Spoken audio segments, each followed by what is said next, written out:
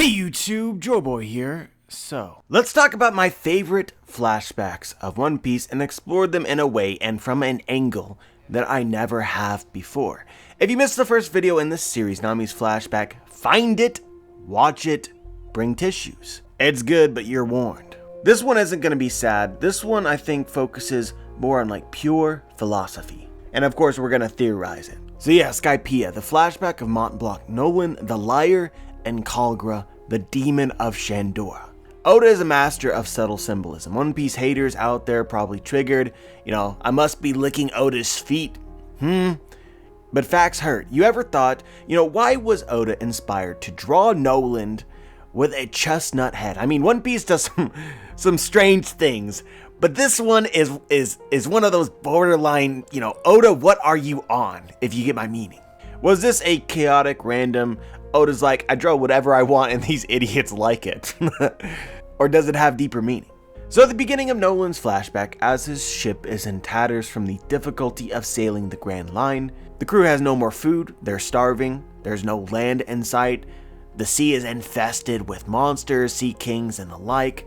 Everybody is just about ready to call it a good life and, swim with the fishes. And so Noland at this point, not yet shown in full, actually jumps into the ocean. The crew kind of wonders whether Noland gave up. And then we pan to the next panel, and the chestnut upon his head majestically crowns the surface of the water. The crew all point and gawk, like the side characters that they are. They say, what, a chestnut? And Noland climbs back aboard the ship, full Chad mode, having caught and tied up a massive fish for everybody to eat. In Japan, the chestnut is an ancient symbol representing difficult times and the ability to overcome them. Chestnuts are commonly eaten during New Year's as a symbol of perseverance for the challenges of the coming year and the strength to overcome them. And here Oda tells us a short story of the very same. Desperate and hungry in an unforgiving sea, Noland does not surrender. In fact, you could probably say the very same thing about his descendant, Mont Blanc Cricket.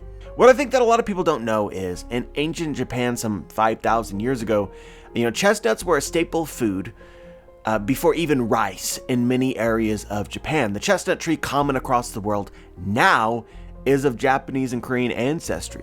The chestnut is an important part of Japanese culture.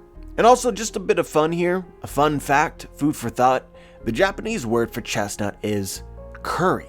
And Noland may be an inspiration for the name of that area of Wano Odin tamed 360 years later. But what I want to focus on is the contrast. Noland, a man of science, cultured, a botanist. His goal of voyage and adventure to discover new plants that could be of medicinal value. I think that you could say Noland was probably on the cutting edge of medicine for his time. And then we have the Shandorians, or the Shandorans, who were stuck in the past. Rather than using traditional medicine to heal the chronically sick, they instead sacrificed people to their gods, having been taught and believing that these sacrifices would grant them the favor of their gods, to cure their people.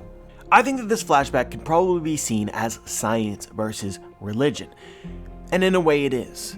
And so because of this, it could be seen as a bit of a hot button topic, especially when you think too much about it. But I tend to think of it in another more subtle way that would be, I think, a little less controversial. Put simply, it's about tradition versus progress. And I think that you get a little insight into the mind of Oda as he shares his story. Oda is saying that when tradition hinders necessary progress, tradition can be harmful. As Oda says using commentary within the story, Noland doesn't hate gods or deities. It's just that he always knows what is the most important. Which you could actually translate to mean that Noland knows better than God, or doesn't need God to know.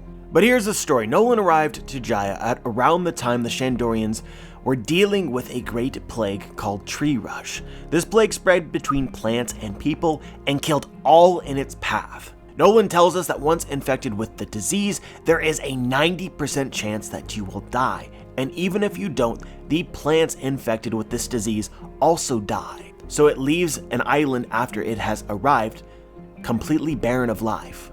Noteworthy here, before Noland made contact with the Shandorians, the last Shandorian priest or doctor succumbed to tree rush.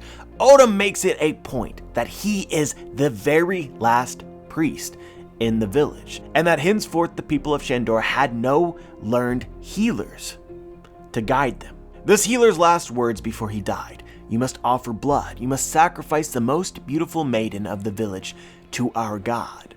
So that is exactly what they attempted to do. Guys, to me, Oda drops some truth, a hard and controversial truth for many. Why did the Shandorans trust these priests so much? Well, the priests said that they could speak to God, and God told them what they must do. In this case, to most across the world, we see this priest, nonsense. God would never tell you to sacrifice the innocent. So this priest and those who came before them are liars. That's what we would believe. That's easy to believe. They can speak to God. Okay, man. But try to apply this to situations and beliefs that for us are not so cut and dry. Historically, religions of all different kinds, derivatives of the ones most of the world's people believe, have been created by those who claim to be able to speak to God in some form or have received visions or messages from God. So I'll use another safe example, the Shakers from the 1700s. Nobody today is a Shaker. I feel like I'm not going to accidentally, say something here that's going to really irritate somebody. The Shakers was a derivative of the Puritan Christian Quaker religion, and it was founded by a woman named Anne Lee, who claimed to have received visions from God. These Shakers were named such because they worshipped by ecstatic dancing or shaking. By her own account, Anne Lee was chosen by God. She miraculously avoided death many times. Examined by 4 clergymen of the established church, she claimed to have spoken to them in 72 tongues or 72 languages for 4 hours. She performed many miracles, including healing the sick. Her followers believed she embodied the perfections of God in female form. They believed that she was the second coming of Christ. No joke. So this amazing person and her religion, why is it not here today? Because the world figured her out for a insane blasphemous liar that she obviously was? No. One of the central tenets of this church was celibacy. Members were prohibited from having impure thoughts, and those who remained the most faithful never had children. I think that historians generally believe that this belief in celibacy was likely related to her own experience. From a young age, Lee was uncomfortable with sexuality, especially her own. Her father eventually forced her to marry in 1761. She became pregnant 4 times. All of her children died during their infancy. It is likely because of these factors that she founded the Shakers, disliking sexuality, teaching celibacy, and the abandonment of marriage. Even if Anne Lee did everything she claimed to have done, and was who she and her followers believed her to be, this branch of religion was destined to fail because of its ideology alone. Because for a church to exist, they need followers. And the greatest source of followers is the children of believers. Coincidentally, most of the world's greatest religions teach that you should have as many children as possible. Many children means many more followers. Many followers means more missionaries to teach or convert others to these beliefs. If Shakers were not celibate, I think that you would probably see them exist to this day. Even now, as we look back on it, where this woman was clearly had a god complex and was crazy. Probably due to the trauma of her past experience with marriage and with children. So the point of this example is this. How is it that you can tell the liars and the crazies who need psychiatric help from those who are truly connected to God? For most of us, I would actually say all of us, you can't. Especially when the supposed prophet is talented and convincing, or their followers are dumb or opportunistic. Anne Lee created quite the following, and one of only 2 things can be true now that the Shakers are no more. She was either a liar, or the world persecuted, ignored, and defeated the second coming of Christ. So of course we have to believe the first thing, right? Because the second thing would mean, if you believe in Christianity, I'm not saying everyone here does, but I'm just saying that, you doom the world. So in this case, we're taking door number 1. But what of the many followers that she accumulated? Duped, misled, taken advantage of? They didn't claim to speak to God. They weren't the ones who benefited from these beliefs. They only trusted what this woman had said, what she had told them. And here it is, guys. Trust. And so back to One Piece, the Shandorians, brutal savages who killed the innocent, inhuman monsters, right? No. They just trusted that their priests and their ancestors did not lie to them and were genuine. That is faith. And everybody in the world today does the same thing to some degree, with whatever it is that you specifically believe. Faith in yourself, faith in others, faith in history, faith in your parents, faith in your mentors, faith in your God. The truth is that the Shandorians, with their beliefs and with their practices, are no different than anybody else. They just didn't know the same thing or knew different things and believed something else. So Noland had a different understanding of this plague. This was actually something that the world had already dealt with some years in the past, and doctors from the South Blue had found a cure. Noland knew how to cure tree rush, and to him certainly nobody else need die if he could just show them. But herein lies the problem, tradition versus progress. To teach the Shandorians something new, to in a way convert them to his truth, he must undermine their tradition and beliefs. So Noland discovers their ritual and saves the girl from death regardless of what her people actually wanted, in the process killing their god, not metaphorically, in actuality. And tricked, he is defeated by Kalgra, so he makes a deal. He promises that he will cure the village of this disease by the following night. But then the worst case scenario happens. As we know, the knockup stream is active around Jaya and has been for centuries beforehand and centuries afterwards. Already Jaya is experiencing tremors from the giant underwater eruption. After Noland had found the plant he needed, which offered the cure, Jaya is ravaged by the greatest of these tremors they had ever experienced. And by happenstance, Noland gets caught and trapped within a fissure the tremor created. To the Shandorians, this is a sign of God's displeasure. The priest had told them to sacrifice the maiden, they had failed, and this was God's retribution. Previously, they had made a deal with Noland, but upon this sign, they realized their error. The deal was off. Noland and all of his subordinates would be sacrificed as repayment. Kalgra sets out to find and kill Noland, and discovers him trapped within the fissure, unable to free himself. At this point, Kalgra has every reason to believe his way, his tradition, his God is right. In fact, as he sits there and waits for Noland to die, the god of Jaya itself appears as if to claim its sacrifice itself. Without Kalgra having done anything at all, the island of Jaya itself had prepared its own sacrifice in the way of the Shandorians. Do you guys see how intentional and genius this is? The Shandorians didn't need to sacrifice the blasphemer Noland. God himself was doing it. Even more reason to believe in his power. Laughably ironic, almost. The man who killed a god was being punished by God, not by men. But Noland did not give up. For hours trapped between thousands of pounds of rock, he fought, even at times moving the earth. Again, we have the symbolism of the chestnut that so well represents his character. He was carried by the single truth. If he freed himself, he could prove that he had a cure, that sacrifices were not necessary. In a way, Noland was carried by his own faith in his medicine, and the miracles it created. Miracles which were demonstrable in truth. I think that there's a really interesting similarity between Noland and the tradition and God he fought so hard to kill. Symbolically to his men, Noland represents God, even if they never called him that or considered him in that way. When terrible things happened, they believed he would save them. When adversity strikes, they believed he would be the one to lead them past it, which is the very same as the Shandorians thought their gods and priests would do for them. Here again, trust matters. The men trusted in Noland, and those with fears or doubts were told to be quiet and wait. Faith. Noland, through his accomplishments, achievements, and efforts, had earned their faith. So today, even when they did not see a way out, they believed Noland would find it.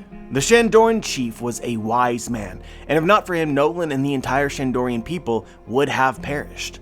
He says this regarding Noland: "I don't have the ability to hear the voice of God, but even I can hear the words of a wise man. The implication here Oda is subtly making, guys, is that through wise men, you are perhaps hearing the voice of God. And this voice can be heard by all if you choose to listen. It then just becomes a question about whether you can hear wisdom when it is spoken to you, which unfortunately I don't think is an ability that everybody possesses. So here lied Noland in what seemed like an insurmountable situation. How can he win and fulfill the faith that his men have in him? Well, he found understanding and reason with Kalgra. This flashback is tradition versus progress, science versus religion. It makes you wonder what a god really is and what their role really is. But it also establishes that even people with radically different ideals and beliefs and knowledge than you are in actuality just like you. Regardless of our background or our specific circumstances or our culture, we are all the same. You are them and they are you, born into different circumstances somewhere else. As much as it seems plain as day, one-sided, right?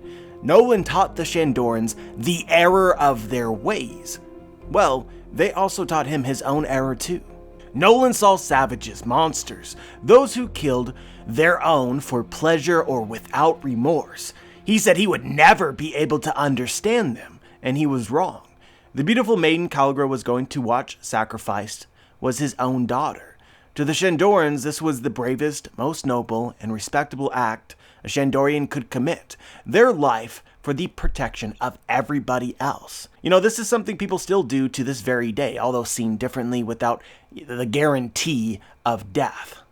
Police, firefighters, soldiers, or military men, those people who put themselves in danger, the line of fire, for the protection of others. You know, when you think about it, it's similar. The difference obviously comes down to the belief that these sacrifices had meaning and accomplished good. It took conversation, it took effort and patience, you know, to confront their differences and discover that in almost every important way, Kalgra and Noland are the same. Kalgra does not wish to sacrifice anybody, it's just their way. And they have learned that if you don't follow the will of their gods, judgment will always follow in some form. But Noland had learned how to fight God's will. Having already seen Noland perform a miracle, curing a sick youth, Kalgra chose to hear this voice of a wise man, listen to his words, and put his faith in Noland instead. Noland who could, unlike Kalgra's god, prove his power and what it is that he has learned, his truth, if given the opportunity. Kalgra slayed his old god, the ultimate demonstration of faith to his new one. Noland never intended to kill their god and take their god's responsibility, but he felt like it was necessary for progress. Again, as he said, I always know what is the most important. Perhaps in his own way, completely unaware, Noland can hear the voice of God and act on his behalf. He is a kind of prophet. Noland the wise man, a missionary sharing his truths and beliefs to the people who need it most. But with the following chapter, I think Oda wants to make another idea clear. There is such a thing as going too far, and you should respect the beliefs of others even if you don't understand them, assuming that these beliefs hurt nobody.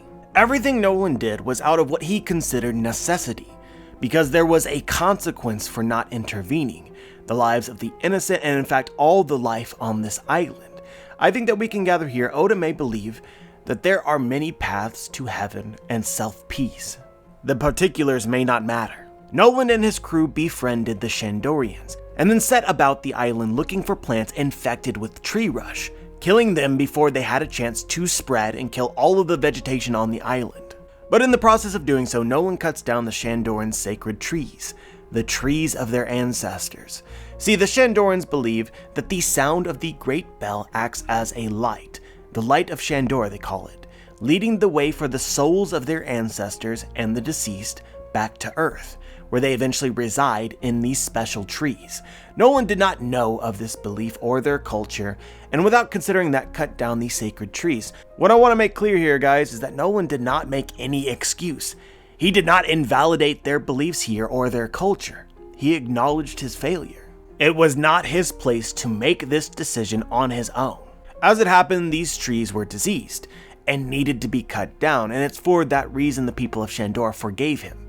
He acted in ignorance. But here I feel Oda is teaching a lesson in mindfulness and respect for the ways of others. A lesson I feel as though many people could stand to hear. The words of a wise man, as Oda would say. Maybe here, Oda in a way speaks the word of God too. I've just confirmed Goda is real. Theory power too strong. And part of the reason why I'm hesitant to make this video and go this far in depth is because I am just going to assume that people in the comments are going to be very insensitive towards the belief of others in ways that could actually be harmful.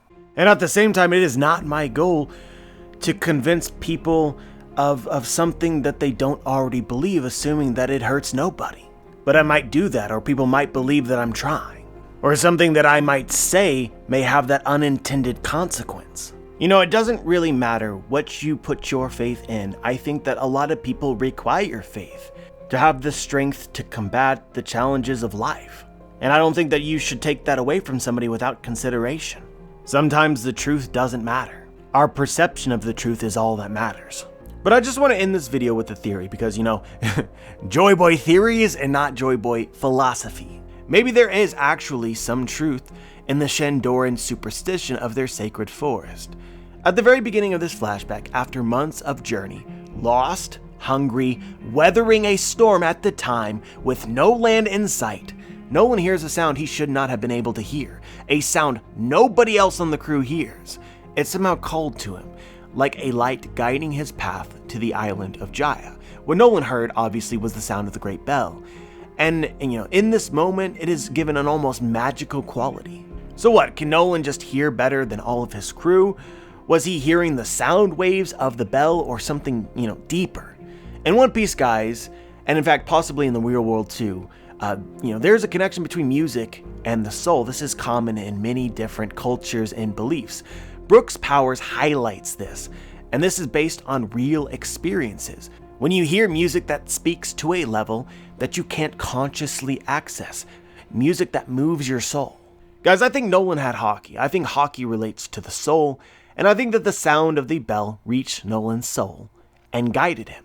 He was able to hear it because of his Haki. It makes you wonder if the Shandorian's forest was exactly what they said it was.